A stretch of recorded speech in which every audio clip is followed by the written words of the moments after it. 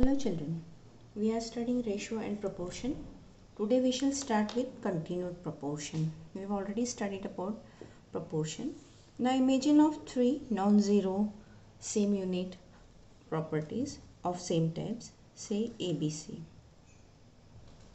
If it happens that the ratio is such that the ratio of first and second quantity, that how we'll write A upon B.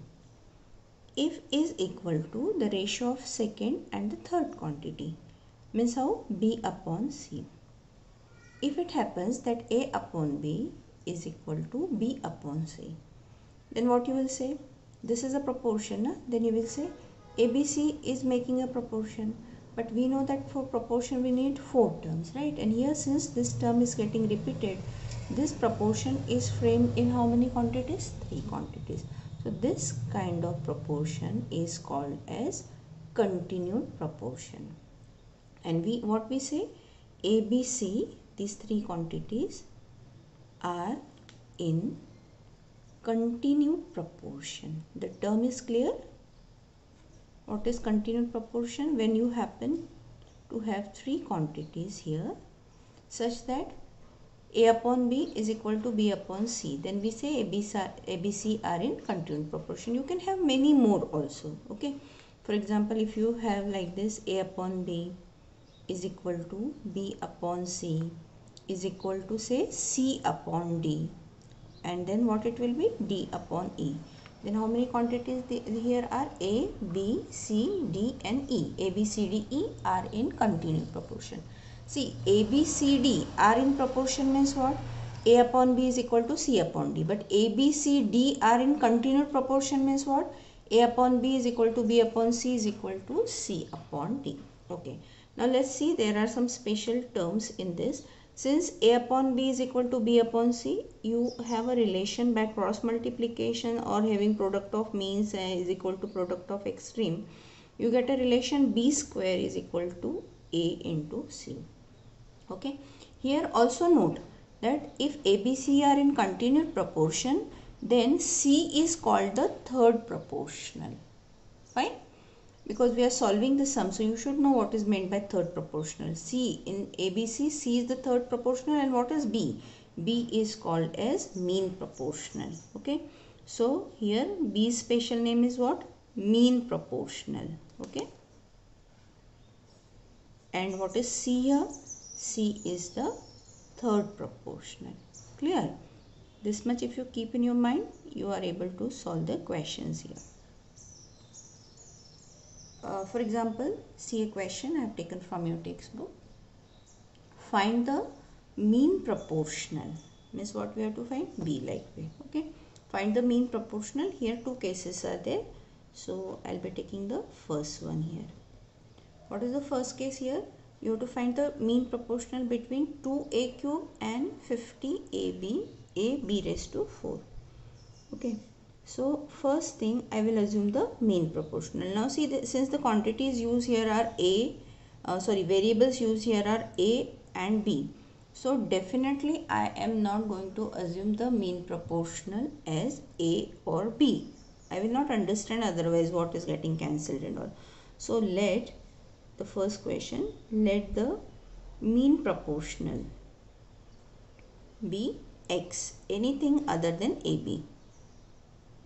Let the mean proportional be x.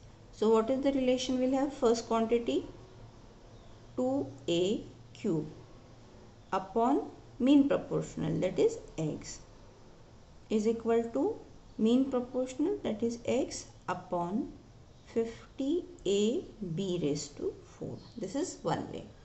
We could have used directly this formula also, but first way I am showing it to you. So you will go by cross multiplication and you end up with the same. So in cross multiplication, what do you have?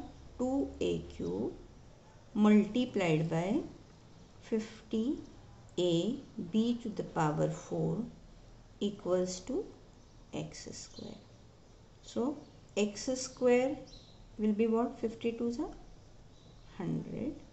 A cube into a raised to 4, b raised to 4. So x will be what? Square root of this, right? square root 100 a raised to 4 b raised to 4. So x will be equal to what, children? 10 a square b square. So your answer is mean proportional is, which was assumed as x, is what? 10 a square b square. Now some of you will definitely have a question, why not negative? As I explained, started explaining the lesson, I have expressed that these ratios are always positive, so it is not a negative quantity, right? See the next question. Again, for these two quantities you need to find the mean proportional between them. So if I assume, let the mean proportional be, now here what are the variables used? X and y. So I will use a, suppose, or b I will use. Let the mean proportional be b. Okay, so you know when a, b, c are in continued proportion, you know, b square is equal to what?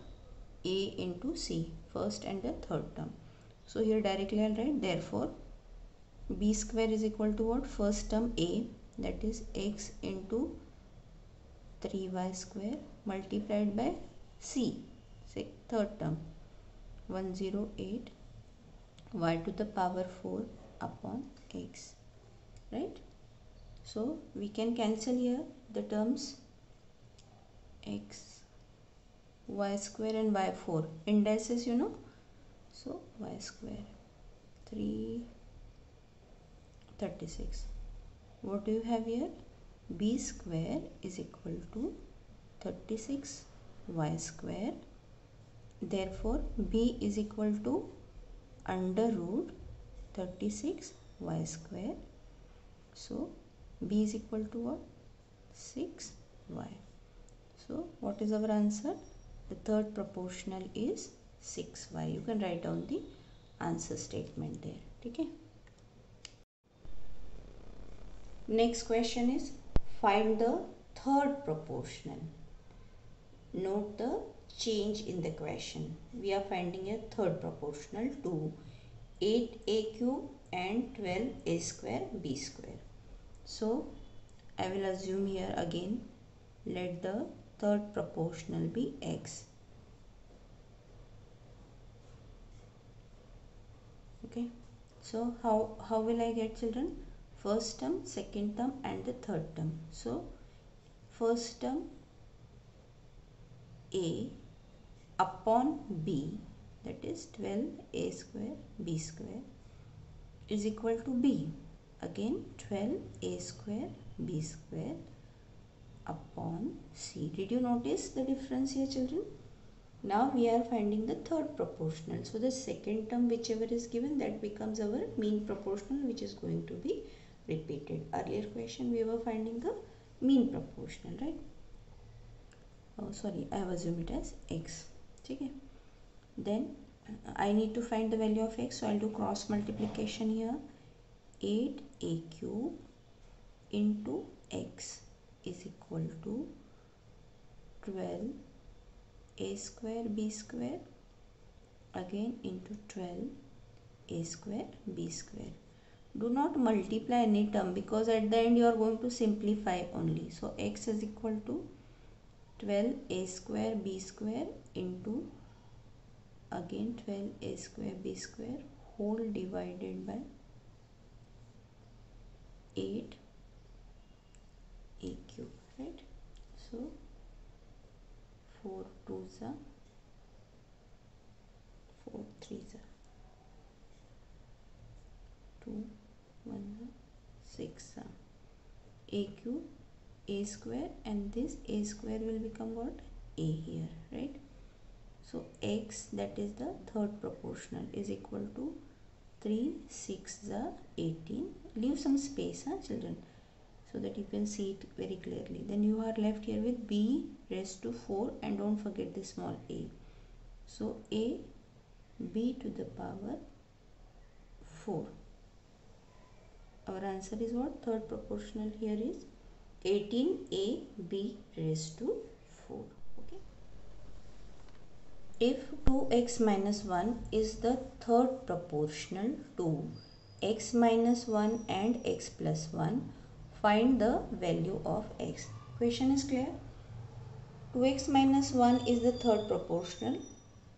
This gives us the hint that x minus 1, x plus 1 and 2x minus 1 are in continued proportion. Even though the word is not mentioned here, we understand because of this.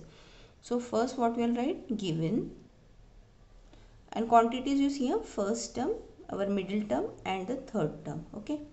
So given x minus 1, x plus 1 and 2x minus 1. This is important. Here you should not go wrong.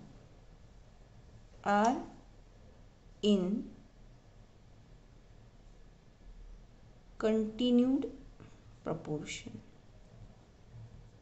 So what you get? First term x minus 1, put a bracket. Binomial, you know that multiplication and all you have to do, na? So put the brackets there. X plus 1 is equal to what? X plus 1 upon, what is the third proportional here?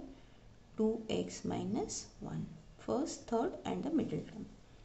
Now nothing it is, just cross multiplication you have to do.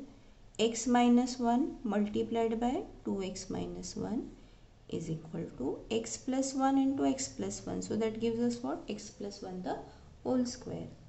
Now open x into 2x, 2x square minus x minus 2x minus 1 plus 1 equal to expand x square plus 2x plus 1. Okay. Now gather all the terms. You are likely to get a quadratic equation, as you can observe. 2x square minus 3x plus 1 minus x square minus 2x minus 1 equal to 0. So plus and minus 1 gets cancelled. 2x square minus x square gives you x square. Minus 3 minus 2x will be giving you minus 5x is equal to 0. Tell me if it is a quadratic equation or not. Yes. Only thing that constant part is missing. So how will solve? Again by factorization. Take x common. What left here? X minus 5 is equal to 0. This gives you either x is 0 and a 0 product rule, or x minus 5 is 0. Now x cannot be 0, children. Okay. If you put x is equal to 0, you get some absurd terms over here. So x we will not accept as 0. So x will be what? X is equal to what? 5, right? So what is the value of the x is to be accepted here? X is equal to 5.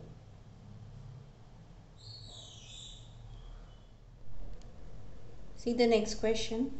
Which number should be subtracted from each of 11, 23 and 53 in order remainders are in continued proportion? Yesterday's class I have taught you one question. I'll just show you further simplification you do. Okay. So the number is to be subtracted from all the three terms here. So okay. So I'll assume let the number be x. Okay. Let the number to be subtracted is x. So what will happen? Such that, this is important, such that 11 minus x comma 23 minus x and 53 minus x are in continued proportion, right? And after that you know only what will happen, right? If they are in continued proportion, so what's the equation you get here?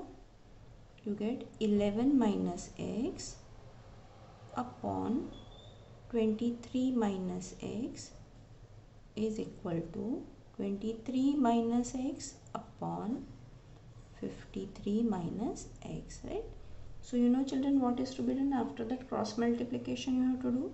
So you get 11 minus x into 53 minus x is equal to 23 minus x the whole square. So now simplify and get the value of x. This question I leave to you. Solve and send me the solution.